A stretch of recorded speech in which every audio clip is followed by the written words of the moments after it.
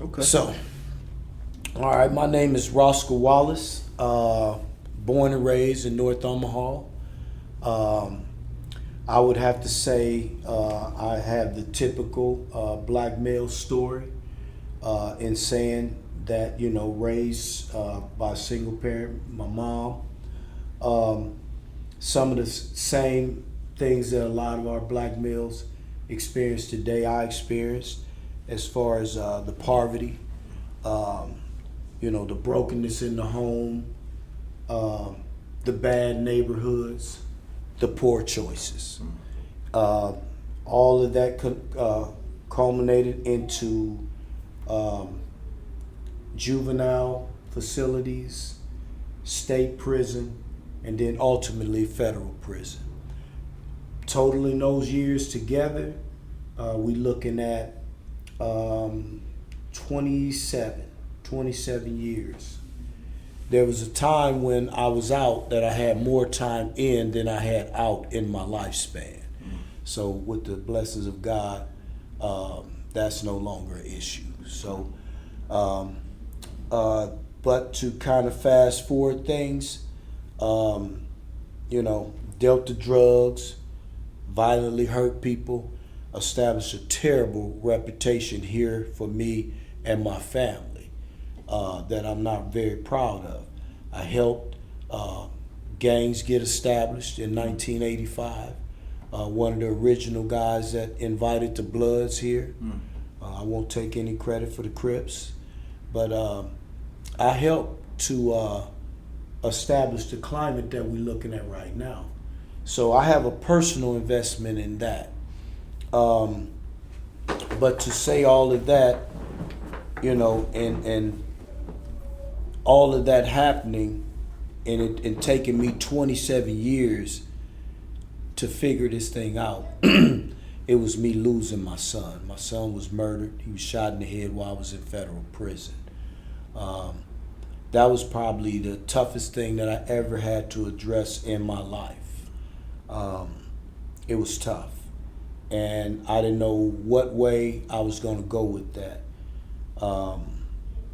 It was during the mandatory minimums. People had my family up under the gun. I had done time all my life, obviously by the years that I just told you, man. So the feds know where to hit you. And they knew that that was my weakness. To give him time, this kid, he's still a kid. It's almost a joke to him. He's doing the numbers. That's just 10 years. That's just 15 years. But to put my mom, my auntie, the girl I was with, in different things, so I cracked. And now I'm dealing with that because anybody know me know I've always prided myself on strength. And give a damn how big you was or whatever, I'm gonna take you down. And that's my reputation. So to have the feds be able to take me down, and to have that stigma, now to have the stigma losing my son, and that's another thing. Everybody know I get my lick back, as the youngsters say today. But this was the toughest I had to deal with. So I get out of federal prison in 2006. By the grace of God, they opened the federal halfway house in Sioux City, Iowa. Because I knew if I went to our halfway house in Council Bluff, man, I'm gonna have my guns all around the place. There's no way that I'm gonna be able to transition into a. So I told myself I'm gonna give myself a good life, try this thing out. I lost my son. I got to come back stronger, but it wasn't that easy. I got there, and all I was haunted with is you have been reduced to nothing. How do you? And that whisper was like, you know how to do it. Go back and let them know exactly who you are. That was a thought, and then the other thought was, you ain't never had a driver's license consistently. You've never had a checking account. You've never had direct deposit. You've never lived anything other than the black market. Try something different. But at the time I was doing this work and everything up there, I couldn't look at my son's picture. Okay. So to fast forward that, I'm starting to understand through why I re-entered prison so many times, and basically got a master's degree while I was in there. Yeah. But kept getting sharper, but get out and don't last and do the same things. Mm-hmm. And I never correlate. So I understand that now as being, I never addressed the emotional things that got me there in the first place. That stimulated the decisions that got me there in the first place. And then we normally got a whole ton of shame that we've accumulated being there. Yeah. And then now we got to transition back out knowing that there's some more stuff. Yeah. And you haven't dealt with the stuff that you need to deal with. You only got smarter. Yeah. You only educated yourself. This is why we see that recidivism. This is why we see brothers come out. You be like, man, that brother's so sharp. He had it going on for a minute. But emotionally, those, as we call demons or whatever, start to attack. Some of us go back to drugs. Some of us go back to abuse. Some of us go back to things. Hustling, whatever. Yeah. So I seen that correlation. But I don't know how to deal with these two emotions after my son. These were the ones that could have demolished me. Shame, guilt. What I start realizing is I put this game and everything in front of this kid. Wonderful. All he wanted was a relationship with his dad, and I kept trying to pay him off money because I had never had time. All I did was did time. Yeah. So now I'm like a young father that's so selfish and want the ladies and everything to see me when I'm supposed to be responsible. So I try to do dual things, get locked up. He don't have a dad. So in actuality, I put all these things in front of him and I don't get a redo. So that shame and that guilt lives with me forever. I walked in the door with it. Mm-hmm. So I didn't know what I'd do with that in spite of all this other stuff. And little young lady, Peyton Benson, was shot. Her mom, Tabitha, was getting her kids prepared for school. I'm in Sioux City. And it's a lot of different stories coming, you know, and each one I feel, I'm like, man, what did we do? That's how connected I am to it. What did we do back in the 80s, man?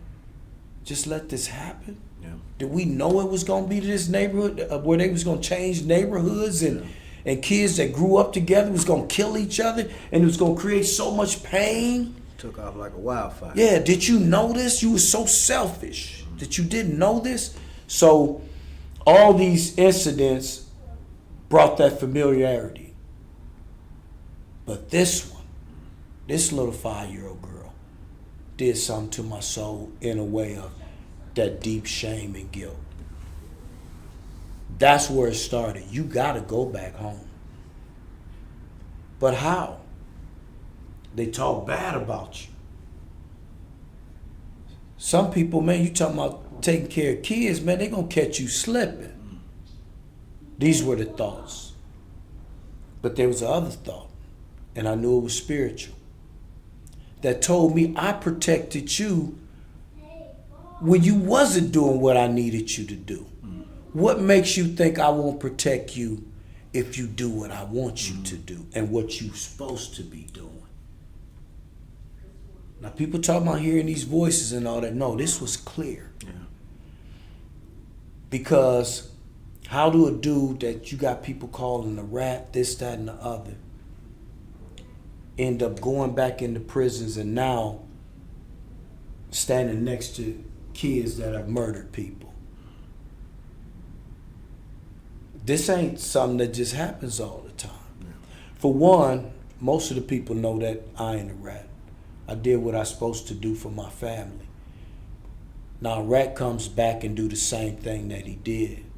So what I like to think is that God put it so heavy on me in that way, he knew me better than the feds.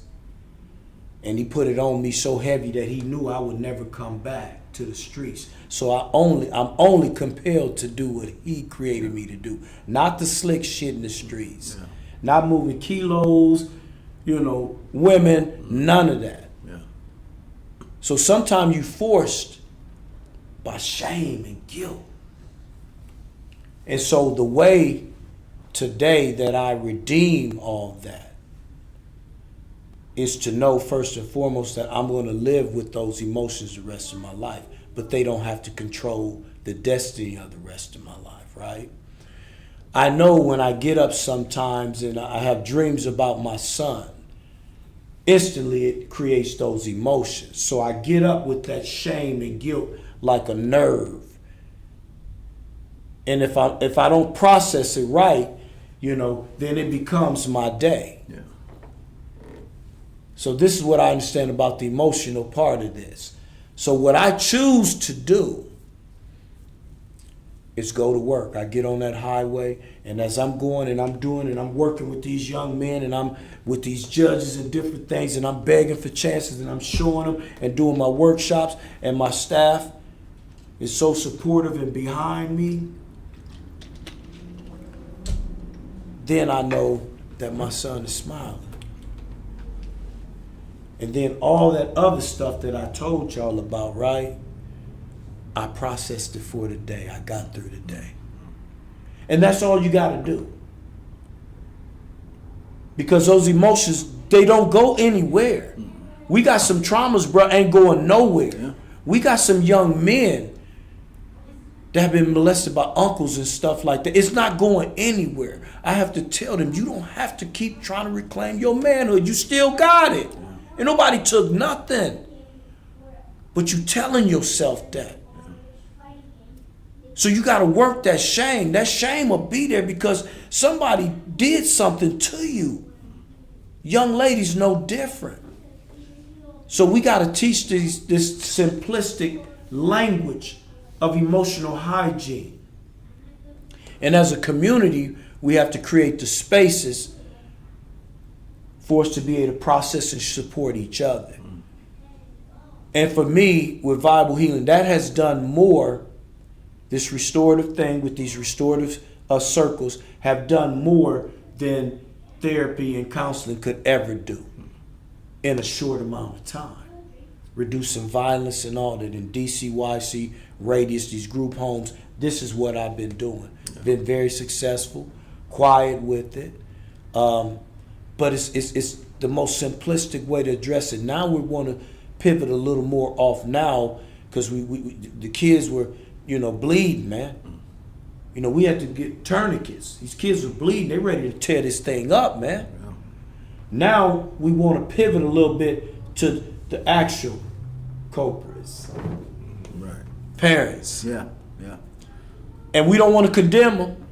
We want to get them the support that they really need. And that support is going to be predicated on them being willing to share. So it's our job as a community to create that space.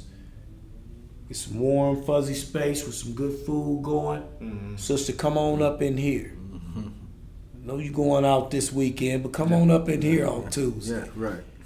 Let's talk. And these sisters talk about it.